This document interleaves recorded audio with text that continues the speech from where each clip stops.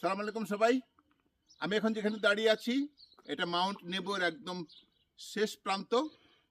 তো আপনারা জানেন যে মাউন্ট নেবো হলো সেই প্রতিশ্রুত ভূমি যেখানে হযরত মুসা আলাইহিস সালামকে আল্লাহ এখানে এনে প্রতিশ্রুত ভূমি বা প্রমিস ল্যান্ড দেখিয়েছিলেন। তো আমার এখানে আসাটাও আল্লাহর কাছে একটা চাওয়া ছিল অনেক দিনের। এর আগে আমি যখন এটিএ প্রোগ্রাম থেকে এখানে আসছি বেশ কয়েকবার 6-7 বার আসা হয়েছে, কিন্তু কেমন একটা গ্রুপের সাথে আসাতে এবং ওরা এসকর্ট করে নিয়ে আসতো, আমাদের অনেক ছিল না, স্বাধীনতা ছিল না, খুব রেস্ট্রিকশন ছিল। তো আমার তখন থেকে খুব ইচ্ছা ছিল যে একবার নিরিবিলিতে একা এসে স্বাধীনভাবে ঘুরে ঘুরে আমি সব দেখব।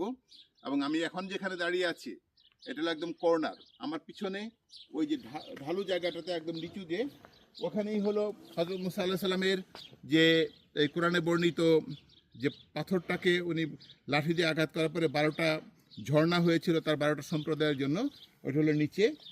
আর এই দিক দিয়ে বরাবর হেঁটে গেলে প্রায় 50 কিলোমিটার গেলে লেবানন, এবং লেবাননের ওই পারে হলো সিরিয়া।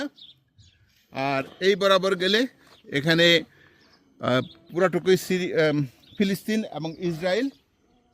আর একটু যদি সামনে আসা যায় এখান থেকে ডেড সি প্রায় অর্ধেকটা দেখা যাচ্ছে। ওই নিচু জায়গাটা ডেড সি, ওরা বলে বাহরুল মাইয়েত।